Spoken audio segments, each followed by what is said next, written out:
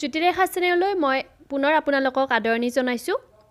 আজি মাঘ বিহু স্পেচিয়েল সান্দহ গুৰি কেনেকুৱাকৈ মিক্সিত বনাব পাৰি মই আপোনালোকক দেখুৱাম। হয়তো সকলোৱে জানেই সান্দহ গুৰি বনাবলৈ, কিন্তু তাৰে মাজতে কিছুমানে যিবিলাকে নতুনকৈ পাকঘৰত সোমাইছে সেইবিলাকে হয়তো নাজানিব পাৰে। চাই লওকচোন আহক কেনেকুৱাকৈ একেবাৰে ইজি প্ৰচেছত সান্দহ গুৰি বনাব পাৰি। কাৰণ আগতেতো আমাৰ মা বা আইতাহঁতে সান্দহ গুৰি ঢেঁকীত খুন্দি বনাইছিল। মই গেছ ষ্ট'ভত বনাই কেনেকুৱাকৈ মিক্সিত গুৰি কৰিব পাৰি তাকে আপোনালোকক দেখুৱাম। তেন্তে চাই লওঁ আহকচোন আমাক ইয়াৰ বাবেনো কি বস্তুৰ প্ৰয়োজন হ'ব। ইয়াৰ বাবে মই উখোৱা চাউলটো 1 কেজি লৈছোঁ। আপুনি নিজৰ হিচাপত চাউলৰ পৰিমাণটো কম বা বেছি ল'ব পাৰে। প্ৰথমতে চাউলখিনি মই ভালদৰে 3-4 বাৰমান ধুই ল'ম আৰু তাৰ পিছত এই গোটেই চাউলখিনি বাঁহৰ খৰাহী এটাত কটন কাপোৰ এখনো ৰাখি দিব পাৰে বা নাৰাখিলেও কথা নাই। আধা ঘণ্টাৰ পৰা 40 মিনিটমান সময় যাতে একেবাৰে পানীখিনি চাউলখিনিৰ পৰা নোহোৱা হৈ যায় তাৰ বাবে এনেকুৱাকৈ বহলকৈ মেলি ৰাখিব। যেতিয়া গোটেইখিনি পানী নোহোৱা হৈ যাব তাৰ পিছত গেছটো অন কৰি কেৰাহী এটা দি দিব। হাই টু মিডিয়াম ফ্লেমত হাতৰ মুঠিৰে এনেকুৱাকৈ 1.5-2 মুঠি চাউল দি দিব, বেছিকৈ নিদিব আৰু চামুচেৰে মাজে মাজে এনেকুৱা ধৰণে লৰাই থাকিব।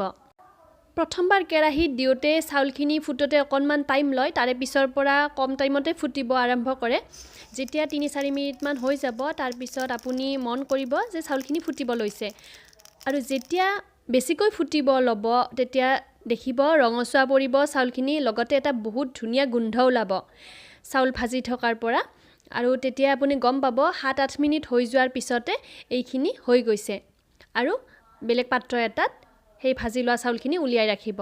ঠিক তেনেকুৱা ধৰণে পুনৰ কেৰাহীত 2 মুঠিমান চাউল দি দিব আৰু চাউলখিনি মিডিয়াম টু হাই ফ্লেমত লৰাই থাকিব মাজে মাজে। তেতিয়া আপুনি কেইমিনিটমান পিছৰ পৰা দেখিব যে চাউলখিনি ফুটিব লৈছে। যেতিয়া বেছিকৈ ফুটিব তেতিয়া চাউলখিনি ৰঙচুৱাও পৰিব আৰু লগতে 7-8 মিনিট হৈ যোৱাৰ পিছতে চাউলখিনিৰ পৰা এটা ধুনীয়া গোন্ধ ওলাব আৰু ইয়াতকৈ বেছি ৰঙচুৱা পৰিব নিদিব। তাৰপিছতে আপুনি চাউল ভাজিখিনি উলিয়াই ৰাখিব। গোটেইখিনি ভাজি লোৱাৰ পিছত এতিয়া মিক্সাৰ জাৰ এটা লৈছোঁ আৰু তাত 2-3 মুঠিকৈ ভাজি লোৱা চাউল দি দিছোঁ, বেছিকৈ দিব নালাগে আৰু তাৰপিছত এইখিনি গুৰি কৰি ল'ম। সান্দহ গুৰি বেছি মিহি হ'ব নালাগে, আটা বা ময়দাৰ নিচিনা হ'ব নালাগে, তেতিয়া ভাল নালাগে।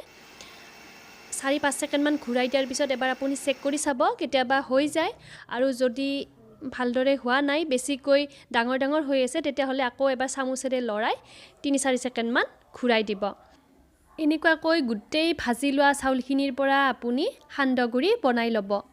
যদি কেতিয়াও আপোনালোকে সান্দহ গুৰি বনোৱা নাছিল, প্ৰথমবাৰৰ কাৰণে পাকঘৰত সোমাইছে, তেতিয়াহ'লে এনেকুৱাকৈ মই দেখুওৱা ধৰণে একেবাৰে সহজতে বনাবচোন আৰু কেনেকুৱা পালে মোক জনাবলৈ নাপাহৰিব। যদি এই ভিডিঅ'টো চাই আপোনালোকে ভাল পালে লাইক আৰু শ্বেয়াৰ নিশ্চয় কৰিব। আজিলৈকে আহিছোঁ, ধন্যবাদ।